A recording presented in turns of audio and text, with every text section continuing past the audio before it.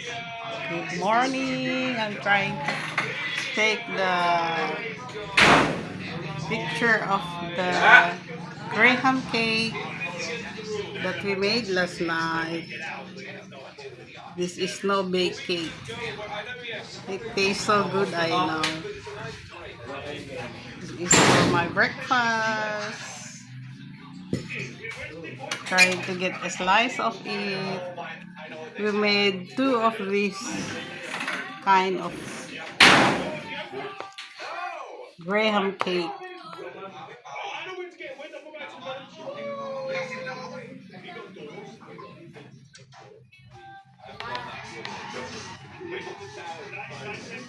We call this Graham cake in the Philippines.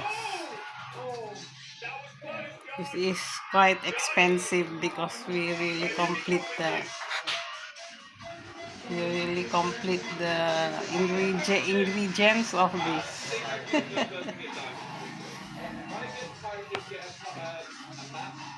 We made two of these. The other one is a big one.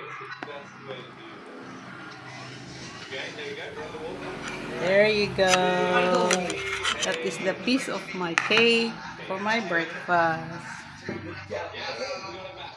This is Graham cake. We have more here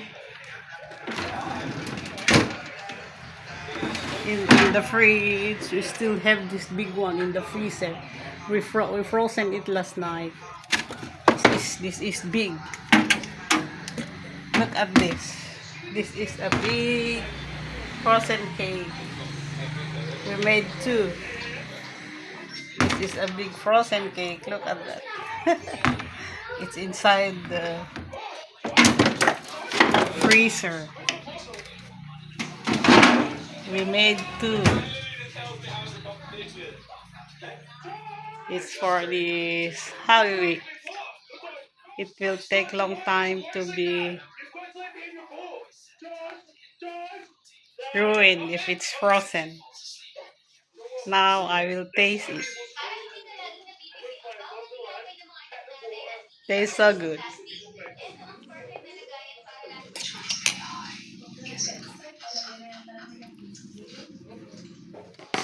It's a tasty Graham cake with my coffee.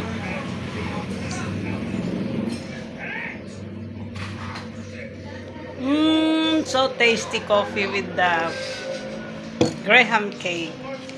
This time we made two, and then because my grandchildren loves this. Wow.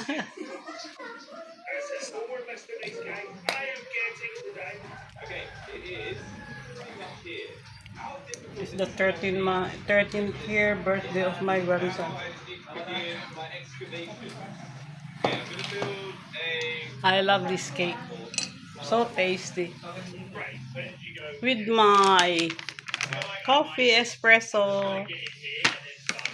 There's the other one. We got two kind of coffee. So it has two flavor. This other one is strong coffee. It's very tasty. I love it. And we are going out later for the birthday of my grandson. We are going to eat outside. I have to put back in the freezer because it will become soft in the cake.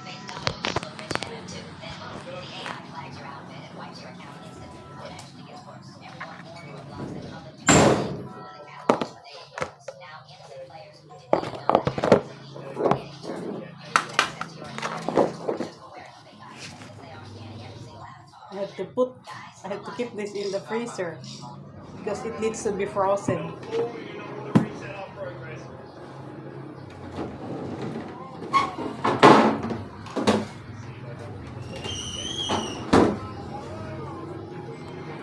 I'm getting ready